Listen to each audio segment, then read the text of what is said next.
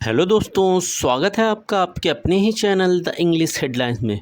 दोस्तों, आज जो मैं पैराग्राफ आपके लिए लेकर आया हूँ ये ख़ास तौर से उनके लिए है जो इंग्लिश को बिल्कुल शुरुआत से सीखना चाहते हैं। इस पैराग्राफ की मदद से आप बहुत ही आसानी के साथ इंग्लिश को पढ़ सकते हैं, बोल सकते हैं और इसे सीख सकते हैं।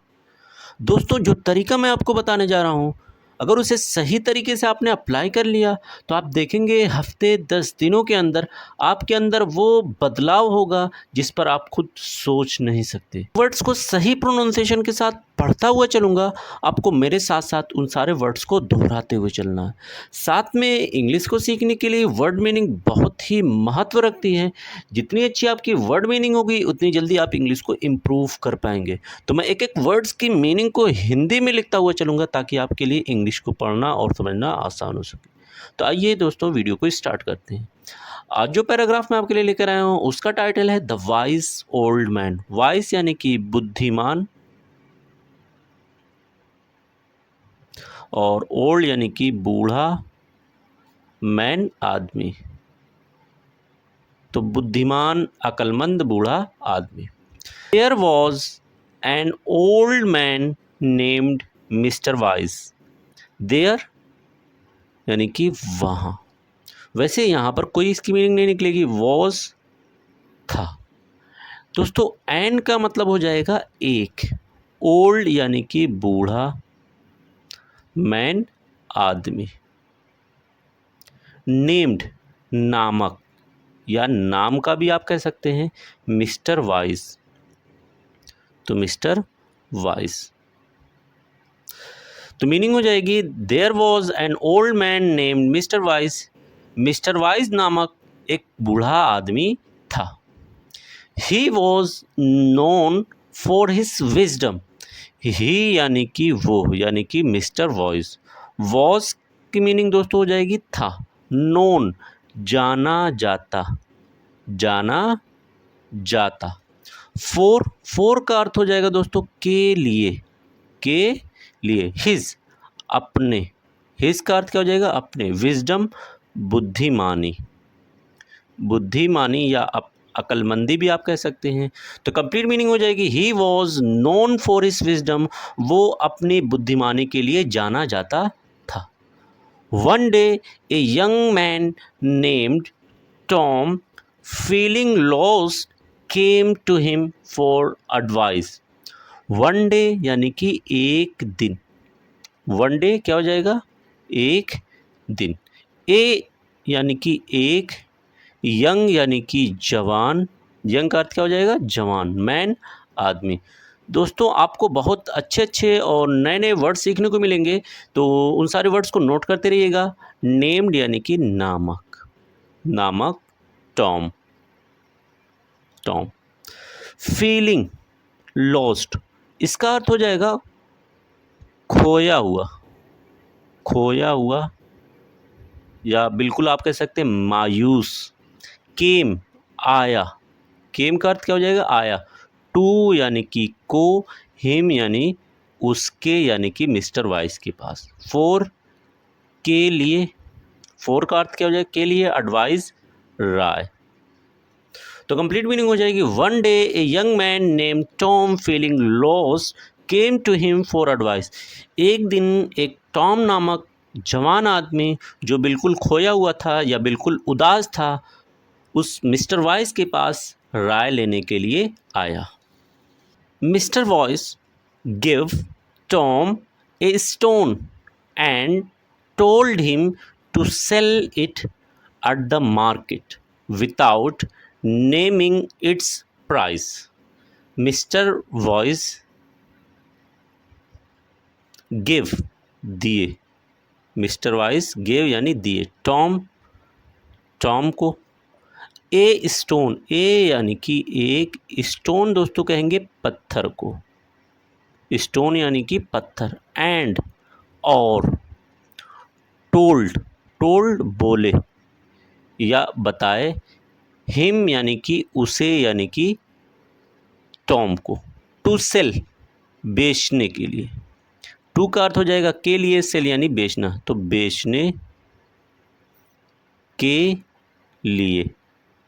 इट यानी कि इसे यानी कि पत्थर को, अट यानी पर, मार्केट यानी बाजार, मार्केट का अर्थ क्या हो जाएगा, बाजार। विदाउट बिना, विदाउट का अर्थ क्या हो जाएगा, बिना। नेमिंग नाम बताए, नाम बताए। इट्स यानी कि इसके यानी कि पत्थर के, प्राइस यानी कि दाम, प्राइस का अर्थ क्या हो जाएगा दोस्तों, दाम।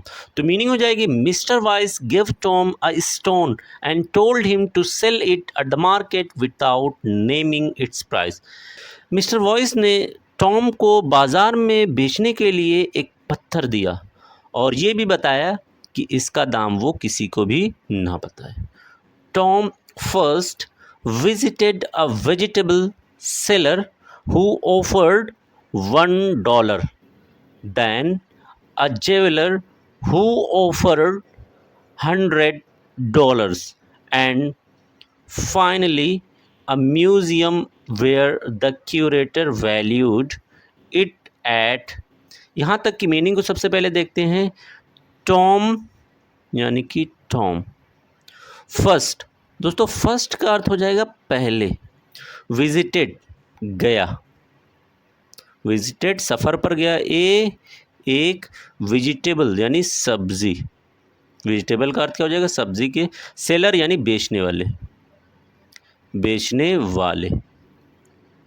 हु जिसने, हु का अर्थ क्या हो जाएगा, जिसने। ऑफर्ड पेशकश की या प्रस्तुत किया। $1, वन का मतलब $1, मैं यहाँ पे लिख दे रहा हूँ। तो यहाँ तक की मीनिंग को देखते हैं। Tom first visited a vegetable seller who offered $1। Tom सबसे पहले एक सब्जी बेचने वाले के पास गया जिसने उसे पत्थर के बदले में $1 की पेशकश की।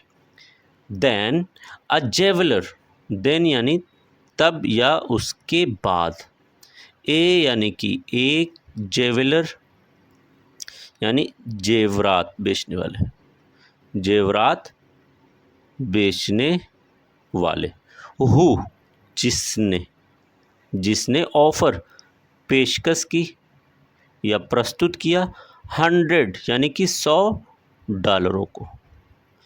तो ये हो जाएगा। उसके बाद वो एक जेवर बेचने वाले के पास गया जिसने उसे पत्थर के बदले में $100 देने की पेशकश की। एंड का अर्थ हो जाएगा और। फाइनली आखिर में, आखिर में। ए म्यूज़ियम, एक म्यूज़ियम कहते हैं दोस्तों संग्रहालय को, संग्रहालय जहाँ पर प्राचीन चीज़ों को संग्रह कर कर इकट्ठा कर कर रखा जाता है। वेयर यानी कि जहाँ। क्यूरेटर, तो मैं लिख दे रहा हूँ क्यूरेटर। वैल्यूड दाम लगाया या दाम तय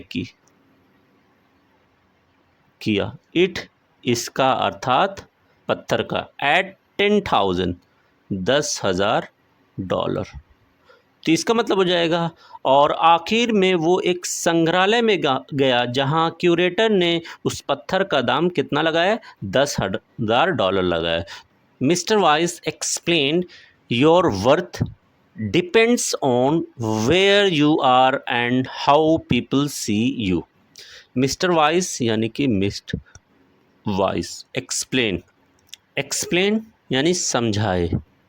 योर वर्थ आपका, योर यानी कि आपका, वर्थ यानी कि वैल्यू आपकी कीमत। डिपेंड्स निर्भर करती, डिपेंड्स निर्भर करती। ऑन यानी कि पर, वेयर कहाँ, यू यानी कि आप, आर हैं कहाँ आप हैं, एंड और, हाउ कैसे, हाउ का अर्थ क्या हो जाएगा दोस्तों, कैसे। पीपल यानी कि लोग, सी देखते, देखते हैं, यू यानी कि तुम्हें। तो कंप्लीट मीनिंग हो जाएगी mister Wise explained your worth depends on where you are and how people see you. तो मिस्टर वाइस ने टॉम को समझाया कि आपकी कीमत इस चीज़ पर निर्भर करती है कि आप कहाँ पर हैं और आपको लोग कैसे देखते हैं। Don't let others opinions define your value. Don't means ना. Let को वर्ब के साथ मिलाकर पढ़ेंगे. Let define यानी दो, डिफाइन तय करना, तय करना, तो तय करने ना दो. अदर्स यानी दूसरों, और यहाँ पर अपोस्ट्रोफी एस का अर्थ हो जाएगा के. ओपिनियन यानी कि राय. यूअर तुम्हारे, योर का अर्थ क्या हो जाएगा तुम्हारे. वैल्यू का मतलब क्या हो जाएगा कीमत. तो इसका मतलब मैं आपको बता दूं, don't let others opinions define your value. दूसरों की राय से अपनी कीमत को तय करने ना दो. इसका मतलब दोस्तों क्या हो गया, यहाँ पर उन्होंने बताया कि अपनी खुद की वैल्यू को, अपनी खुद की कीमत को समझो, अपने खुद के हुनर को पहचानो. ये मत सोचो कि लोग तुम्हें क्या कह रहे हैं. जब अगर तुम लोगों के बारे में सोचोगे तो हमेशा उदास हो जाओगे.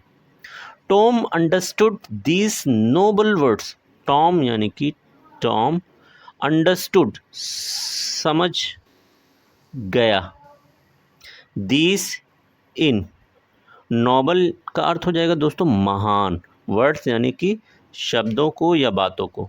तो Tom understood these noble words. Tom इन महान शब्दों को समझ गया. So thanks for watching this video.